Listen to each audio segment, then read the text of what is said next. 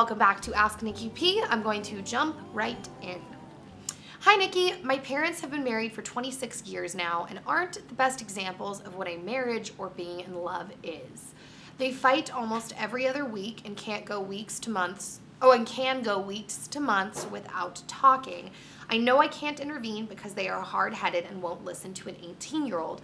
But because they fight all the time, I get very stressed and I lose sleep and start eating. I eat my emotions, unfortunately.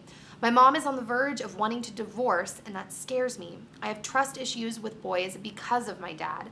I know there isn't really a question or anything, but I would appreciate it if you could give tips on how to escape the war that I live in, or if you can just reassure me that I will be okay and it will work out. All right, a couple things. First off, I think we have to remember sometimes with our parents, like, marriage and life and everything, I think is just, it's more complicated, and you never know as much as you think you do about like someone else's life or someone else's marriage. And I know that this is weird to think about because they're your parents and you're 8 years younger than me, and it would feel weird for me to think about it. So I know it's got to feel weird for you to think about it, but you have to like know there's more to their marriage than what you're seeing. And there might even be a chance that it might not be as like dramatic as you feel like it is. Like maybe they're just the kind of people that they need space when they're fighting, and so they kind of just take a breather, and they don't talk when they're angry. Maybe they don't like to talk in the heat of anger, or something like that. Or, if it is that bad, this is something that they're dealing with, and as their own individual people, like they're working on this relationship, and it doesn't have anything to do with you. I know it affects you, but it doesn't have anything to do with you. That being said, I know like it's hard. I talk about this with my friends all the time, that like it's hard to like have a marriage if you're not seeing what that plays out as, like what it looks like, because I feel like we just grow up and we imitate, we mimic. But that doesn't mean that that's like, oh, you're gonna get married and you're gonna be like, fighting and not talking for weeks to your husband. You know what I mean? Because even though like my parents have a great marriage, there are things in my relationship that are very different from their marriage. And I'm not saying like good or bad, it's just, it's different. We have our own marriage. Now, I would say like in terms of dating and boys and marriage and all that, and even if you did have like an amazing example, but because you're saying you don't have a shining example of a marriage, I would say you should get your head in the space of what a like great marriage looks like, or what you want a great marriage to be.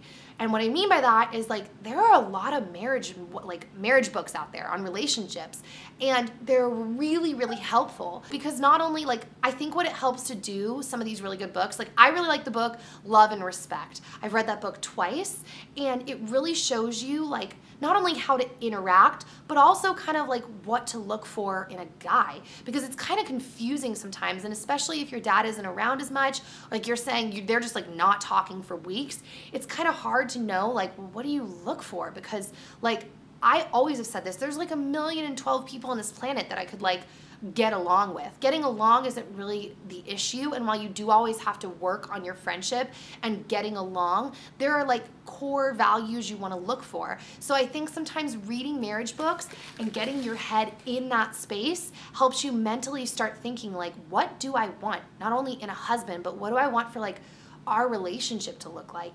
And I think that kind of building that for yourself rather than relying on your parents for that is gonna help. And it doesn't take away from the pain, and it's still gonna be hard, but like you're an adult longer than you're a kid, you know what I mean? So like putting your head in that space and starting to kind of grow your brain up and thinking about those kind of things and like what you want to do with your life and all that kind of stuff, I think is not really going to be anything but helpful. And you can't control what happens to your parents. Like no matter what you do, you can't change it, because it doesn't have to do with you. So I'm really sorry that you're going through that, because of course that's adding stress. Like there's nothing I could really say to take the stress away. That's normal, and you're allowed to like cry and do all that because that's normal. But yeah, I would just recommend that. And then also, last thing, take measures or take steps to take care of yourself as well. This is good throughout all of life, but especially when you're going through a really stressful season, take the time to nourish your brain first off, like spiritually, keep like educating and growing yourself, taking time to relax and unwind, be with your friends. You know, if you're not involved in a good church, find a good church, because it's kind of cool. You get around a community of people that care about like, you know, just growing as a person. Pursue the things that you want to pursue in life. Work out, exercise. You know, I know you said you eat your emotions. A good thing would be to kind of switch out some of those like junk food. Like I always talk about like healthy junk food. I do that because I like junk food. So I switch out well, I want ice cream, so instead I'll get some vegan rice stream ice cream, you know, so I still get like my thing, but I'm not like damaging my body, you know, so just take steps to like work on yourself because you can't control your family. So that was a really long answer. But good luck with that. I know that that is not fun and is hard. So that being said, I'm going to answer the Twitter question. It says, what was your favorite age as a kid? I'm gonna say my favorite age was like 14, 15. And I think the reason was because I had just left school a little bit earlier to be homeschooled. And I was really getting in the groove of like homeschooling. And that was also the time that I did Annie.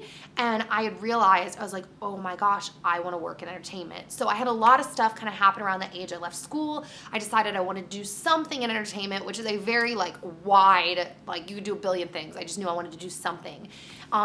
Partially because I like connecting with people. And even though it was a play, I felt a lot of connection, like through storytelling and just, yeah, I loved it.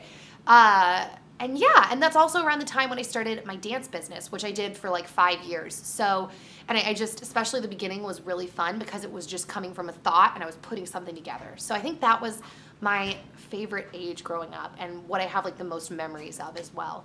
Okay, so this question is, how long have you been married? Dan and I have actually been married. It'll be 6 years this February, which is crazy. Part of me feels like that's a really long time, and then part of me feels like it's just not that long. It is like flown by, and I guess if I think back, we have gone through so much, but it has gone by so fast. We have lived in a garage, we have lived in this apartment complex, we have lived in 2 apartments in Singapore, we have lived in 2 different rooms in my parents' house, and now we're back here. And so much has happened. I've had a knee surgery, I had my breast augmentation, a lot has just gone down. I worked at Universal, I started a YouTube channel, he became a welding inspector, he left his job, started doing this, he's working on some other cool stuff right now, like just so much has happened, but that I guess was pointless. The answer to the question is 6 years this February. So yeah, send your messages or your questions, you know, all that jazz to asknikkiP@gmail.com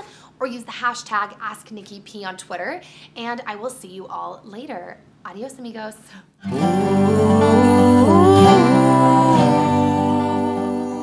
But I really, and I love how this is gonna be on the internet, because maybe this will never happen, but I really wanna have a large business.